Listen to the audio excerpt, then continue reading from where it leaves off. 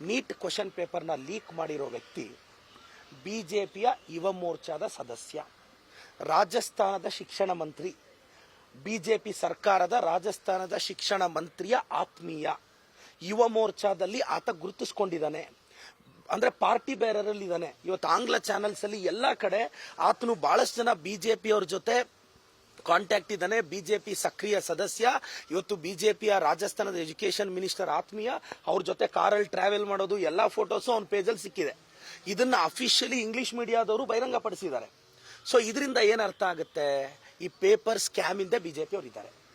ಈಗ ಯುವ ಮೋರ್ಚಾ ಇದ್ದಾನೆ ಅಂತ ಸಾಮಾಜಿಕ ಜಾಲತಾಣದಲ್ಲಿ ಓಡಾಡ್ತಿದೆ. ಇದರಿಂದ ಬಿಜೆಪಿಯವರ ಇಂಟಿಗ್ರಿಟಿ ಅರ್ಥ ಆಗುತ್ತೆ. ನಮ್ಮ ತೇಜಸ್ವಿ ಸೂರ್ಯ ಅವರು ನಿನ್ನೆ ಜನಿವಾರದ ಬಗ್ಗೆ ಮಾತಾಡಿದ್ರು. ಸರ್, ಬ್ರಾಹ್ಮಣ ಸಮುದಾಯ ನಮ್ಮ ಸಮಾಜಕ್ಕೆ ತುಂಬಾ ದೊಡ್ಡ ಕೊಡುಗೆ ಕೊಟ್ಟಿದೆ. ಬ್ರಾಹ್ಮಣ ಸಮುದಾಯದ ಬಗ್ಗೆ ನನಗೆ ಅಪಾರವಾದ ಗೌರವ ಇದೆ. ಇವತ್ತು ಬ್ರಾಹ್ಮಣ ಸಮುದಾಯದ ಅರ್ಚಕರಿಗೆ ಒಳ್ಳೇದಾಗಬೇಕು ಅಂತ ನಾವೊಂದು ಬಿಲ್ಲು ತಂದ್ವಿ, ಅವ್ರ ಪರವಾಗಿ ನಿಂತಿದ್ದೀವಿ. ತೇಜಸ್ವಿ ಸೂರ್ಯ ಅವರೇ, ಜನಿವಾರದ ಬಗ್ಗೆ ಮಾತನಾಡ್ತಾ ಇರತಕ್ಕಂಥ ನಿಮಗೆ 22 ಲಕ್ಷ ಮಕ್ಕಳ ನೀಟ್ ಭವಿಷ್ಯದ ಬಗ್ಗೆ ಜ್ಞಾಪಕ ಬರಲಿಲ್ವಾ? ಪಾರ್ಲಿಮೆಂಟ್ ಅಲ್ಲಿ ಬಾಯಿಗೆ ಬಂದಂಗೆ ಏನು ಬಡಾಯಿ ಕೊಚ್ಕೊಂತೀರಾ ಇಂಗ್ಲಿಷ್ ಭಾಷೆಯಲ್ಲಿ.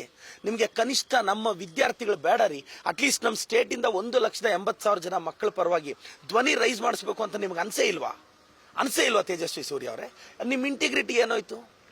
ಅಂದ್ರೆ ಜಾತಿ ರಾಜಕಾರಣ ನೀವು ಮಾಡ್ತಿದ್ದೀರಾ ತಾನೆ? ಸಮಗ್ರತೆಯಲ್ಲಿ, ದೇಶದ ಪರವಾಗಿ, ನಾಡಿನ ಬಗ್ಗೆ ನಿಮ್ಮ ಚಿಂತೆಯಲ್ಲಿ ಜನಿವಾರದ ಬಗ್ಗೆ ಅಷ್ಟು ಬೇಗ ವಾಯ್ಸ್ ರೈಸ್ ಮಾಡೋ ನಿಮಗೆ ಇವತ್ತು ನಮ್ಮ ದೇಶದ ಮಕ್ಕಳ ಹಿತಾಸಕ್ತಿ ಮುಖ್ಯ ಇಲ್ವಾ? ರಾಜ್ಯದ ಮಕ್ಕಳ ಹಿತಾಸಕ್ತಿ ಮುಖ್ಯ ಇಲ್ವಾ? ನಿಮ್ಮನ್ನು ಯಾವ ಕಾರಣಕ್ಕೆ ಯುವಕರು ಗೌರವಿಸಬೇಕು ತೇಜಸ್ವಿ ಸೂರ್ಯ ಅವರೇ? ಸಾವಿರಾರು ಜನ ನಿಮ್ಮನ್ನು ಫಾಲೋ ಮಾಡ್ತಾರಲ್ಲ.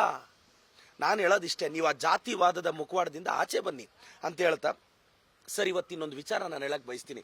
ಇಲ್ಲಿ ರೆಫರೆನ್ಸ್ ಬಂತು, ನೀಟ್ ಬಗ್ಗೆ ಸುನೀಲ್ ಅಣ್ಣ ಆಗ್ಲಿ, ಅಶೋಕ್ ಅಣ್ಣ ಆಗ್ಲಿ, ಪ್ರಹ್ಲಾದ್ ಜೋಶಿ ಅವರಾಗ್ಲಿ ಒಬ್ರು ಮಾತಾಡ್ಲಿಲ್ಲ. ನಿನ್ನೆ ಹಿಜಾಬ್ ಬಂದ್ರೆ ಆಗ್ಲೇ ಬಾಯ್ ಬಡ್ಕೊಂತ ಇದಾರೆ. ನಿನ್ನೆ ರೀ, ಆರ್ಟಿಕಲ್ 25 ಪ್ರಕಾರ ನಾವು ಎಲ್ಲಾ ಧರ್ಮಗಳನ್ನ ಗೌರವಿಸ್ತೀವಿ.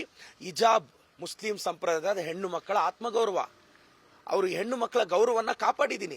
ಇವತ್ತು ಮುಸ್ಲಿಂ ಧರ್ಮದ ಹೆಣ್ಣು ಮಕ್ಕಳಿಗೆ ನೋಡಿ, ನಿಮ್ಮ ಗೌರವವನ್ನ ನಮ್ಮ ಕಾಂಗ್ರೆಸ್ ಸರ್ಕಾರ ಕಾಪಾಡಿದೆ. ಅದ್ರ ಜೊತೆ ಹಿಂದೂ ಧರ್ಮದ ಜನಿವಾರದ ಬಗ್ಗೆ ಎಲ್ಲದ್ರ ಬಗ್ಗೆ ಒಂದು ಕ್ಲಿಯರ್ ಕಟ್ ಸಂದೇಶ ಕೊಟ್ಟಿದ್ದೀವಿ. ಪ್ರತಿ ವರ್ಷ ಸಿಇಟಿಯಲ್ಲಿ ಯಾರೋ ಒಬ್ರಿಗೋ ಸಮಸ್ಯೆ ಆಗ್ತಿತ್ತು. ನಾವು ಹಿಂದೂ ಧರ್ಮದ ಬಗ್ಗೆ, ರುದ್ರಾಕ್ಷಿ ಬಗ್ಗೆ ಮಾತಾಡಿದ್ದೀವಿ, ಜನಿವಾರದ ಬಗ್ಗೆ ಮಾತಾಡಿದ್ದೀವಿ. ಅದ್ರ ಜೊತೆ ಮುಸ್ಲಿಂ ಧರ್ಮದ ಸಂಪ್ರದಾಯವನ್ನ ಗೌರವಿಸಿದ್ದೀವಿ. ಬಿಜೆಪಿ ಅವ್ರಿಗೆ ಒಬ್ರು ಕೂಡ ಇದ್ರ ಬಗ್ಗೆ, ನೀಟ್ ಬಗ್ಗೆ ಮಾತಾಡೋ ಯೋಗ್ಯತೆ ಇಲ್ಲ. ಇನ್ನು 35 ದಿನ ಇದೆ ಇವತ್ತಿಗೆ. ಜೂನ್ 21ನೇ ತಾರೀಕು ಸಂಡೇ ನೀಟ್ ಎಕ್ಸಾಮ್ ನಡೆಸ್ತಾ ಇದ್ದಾರೆ. ನಾನು ಕರ್ನಾಟಕದ ವಿದ್ಯಾರ್ಥಿಗಳಿಗೆ ಹೇಳ್ತೀನಿ, ಈಗಲೂ ಕಾಲ ಮಿಂಚೋಗಿಲ್ಲ. 35 ಡೇಸ್ ನೀಟಾಗಿ ಪ್ರಿಪೇರ್ ಆಗಿ, ದಯವಿಟ್ಟು NCERT ಮೇಲೆ ಫೋಕಸ್ ಮಾಡಿ. ಸೊ ಗೆಸ್ಟ್ ಪೇಪರ್ ಎಲ್ಲ ಮ್ಯಾಚಿಂಗ್ ಕರೆಕ್ಟ್ ಆಗಿರೋದ್ರಿಂದ ಪ್ರಾಯಶಃ ಪೇಪರ್ ಸ್ವಲ್ಪ ಮಟ್ಟಿಗೆ ಅನ್ಎಕ್ಸ್ಪೆಕ್ಟೆಡ್ ಬರಬಹುದು ಅಂತ ಸಾಮಾಜಿಕ ಜಾಲತಾಣದಲ್ಲಿ ತುಂಬಾ ಜನ ಟೀಚರ್ಸ್ ಹೇಳ್ತಾ ಇದ್ದಾರೆ. ಸೊ ದಯವಿಟ್ಟು NCERT ಅಲ್ಲಿ ಇಂಟೆಕ್ಸ್ಟ್ ಎಕ್ಸಸೈಸಸ್, ಸಮ್ಮರಿ ಮತ್ತೆ ಈ ಸೈಂಟಿಸ್ಟ್ಗಳ ಬಗ್ಗೆ, ವಿಶೇಷವಾಗಿ ಬಯಾಲಜಿನ NCERT ಲೈನ್ ಬೈ ಲೈನ್ ಓದಿ. ಖಂಡಿತವಾಗೂ ಒಳ್ಳೇದಾಗುತ್ತೆ. 35 ದಿನ ಸೀರಿಯಸ್ ಆಗಿ ಕನಿಷ್ಠ ಒಂದು 14-15 ತಾಸು ಓದಿದ್ರೆ ನೀಟ್ ಪರೀಕ್ಷೆ ಪಾಸ್ ಆಗುತ್ತೆ. ಕರ್ನಾಟಕದ ವಿದ್ಯಾರ್ಥಿಗಳಿಗೆ ರಿಕ್ವೆಸ್ಟ್ ಮಾಡ್ತೀನಿ, ದಯವಿಟ್ಟು ಸೀರಿಯಸ್ ಆಗಿ ಓದಿ. ಮತ್ತೆ ಇನ್ನೊಂದು ಹೇಳಕ್ ಬಯಸ್ತೀನಿ ಸರ್,